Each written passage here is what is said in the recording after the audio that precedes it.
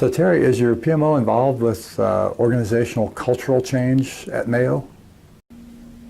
The EPMO got involved with the organizational cultural change right up front. Right after we were formed in 2008, we recognized there was a need for a change management initiative across the organization. Some of the projects we had were having more of an impact, across the organization than ever before.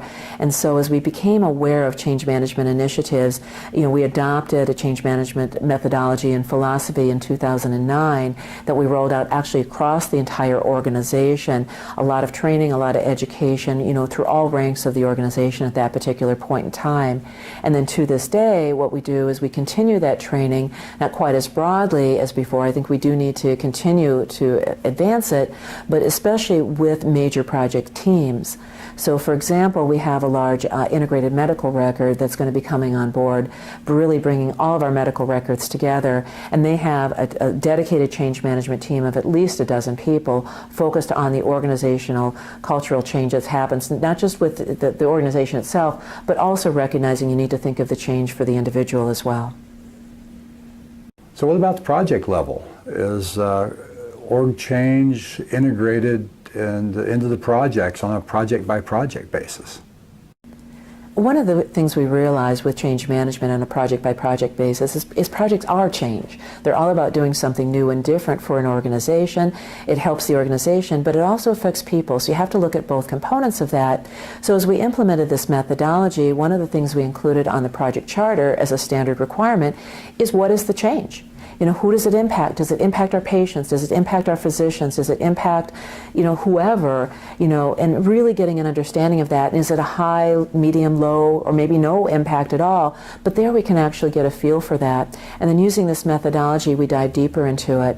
Then with those projects that do have, maybe a medium or high type of impact, really having those project teams go through the change management training courses that we have available that are really focused on understanding the methodologies, more about change, and really how to manage that throughout the life of the project, not at the end, but all the way through the life of a project, recognizing at the beginning and doing it constantly through there and engaging operations and the people that are going to be impacted by the change, and that really leads to project success.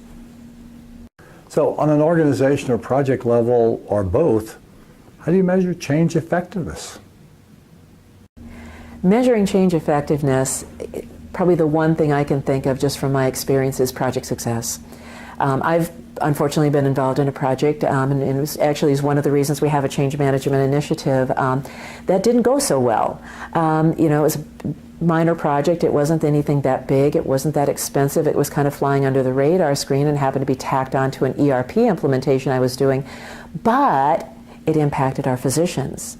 And the travel. It happened to be a travel management system which took them from paper-based receipts in an envelope to a totally computerized, regulated, policy-driven system, and there wasn't a change management function within that. That became what we call a sentinel event at Mayo Clinic. And actually I use that example throughout our organization regularly when they question change management. It's like, remember the Alamo, remember Concur. And Concur is a great system, but it was a perfect example of why you need change management. Do you use change specialists, and where and how are they used? I'm pleased to say that back in 2009, when we introduced the methodology that we chose for change management, there was a number of us, and this was led by the EPMO in my area, to actually certify, a couple dozen people in change management. We brought the organization in, and we all got little certificates and learned how to do it. We established the training, and have had that go through there. But what's happened since then is we actually have someone who, like they say, drank the Kool-Aid a lot, and really loved this whole change management, philosophy. So this particular person became ultra certified in it, can be a train the trainer. We've got enterprise licenses for change management. We certify people now within our organization, and it's really, really caught on. Very similar to, the PMP, but more and more people are wanting to get their change management certification and adopt this, and so we're really recognizing that much more as well. So cultural change is a growing topic. Barry, is your PMO engaged with cultural change at Parker? So yes, I can give you a really good example of how we've expanded outside of our own little sphere of influence on cultural change across the organization. As we went down this journey of earned value management deployment, we found that it was really important that we get the engineering team directly involved. In our organization, our development programs, probably 80% of our spend is labor hours that's coming directly from our engineering organization. And as we were deploying earned value management, this issue of accountability came up, because you flow down from the program manager to the project manager to the IPT lead to our control account managers, and then down into the engineering working level. And how do we establish that level of accountability that they're not only responsible for the technical content of the work that they're doing, but to meeting the constraints from a cost and schedule perspective. And in this fashion, I worked with my peer, the Vice President of Engineering within Parker Aerospace, and we modified the engineering job descriptions to actually mention specifically that there was responsibility within their work content to cost and schedule constraints. We flowed those draft job descriptions through the organization, got approval, went up to the corporate level, got approval there because our job descriptions are corporation-wide, not just Parker Aerospace, got approval at that level, and then deployed those. So this was one area that we were changing the job descriptions of a function outside of the PMO to help us work together to develop that accountability and improve our performance. So how do you measure change effectiveness over time? One of the tools that we've been using to measure change management within the organization, because we've had so much of it over the last 6 years, is a tool that we've stolen, in effect, from the lean culture, and it's called a lean journey assessment. And what a lean journey assessment does is it measures various elements. We have approximately 6 or 7 elements of how an organization is modifying itself to incorporate a new structure or a new way of doing business. And one of them, the topics might be leadership engagement. Another topic might be training deployment.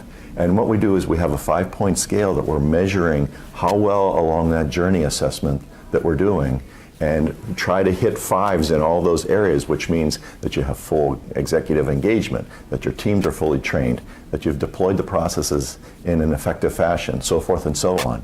So we've developed an earned value management. We've taken that tool and we have an earned value management journey assessment that we track on a quarterly basis how we're doing and make course corrections to make sure that we are effectively making changes within the organization to allow those tools and processes to be as effective as they can be.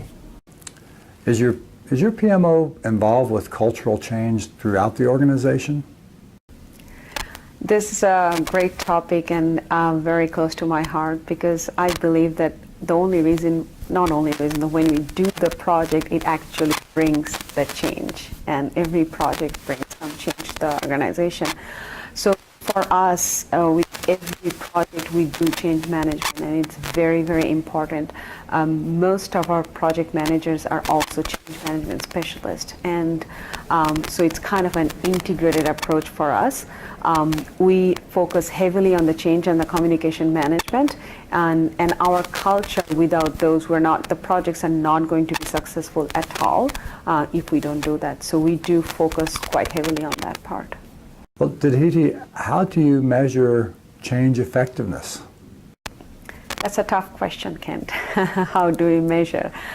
What I can tell you, Ken, that there are quite a significant change happening in the organization, and we actually we worked with each and every people of our organization with the workplace strategy and other change management processes. And we measure that there were some feedback initially which we took down and make sure that we kind of turned the negative or not so sure feedback to the positive one. And then we measure that 6 months after a project goes live, that how people are living with those changes. And then our success rate is 80% and above, and 90% in many cases of those like adjusting with those changes. You mentioned your project managers are change specialists. Have you taken the steps of having your project managers certified in organizational change?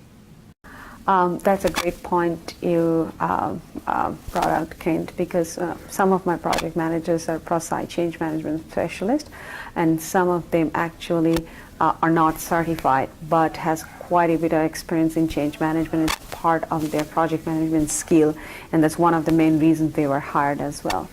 So we have a good mix of that.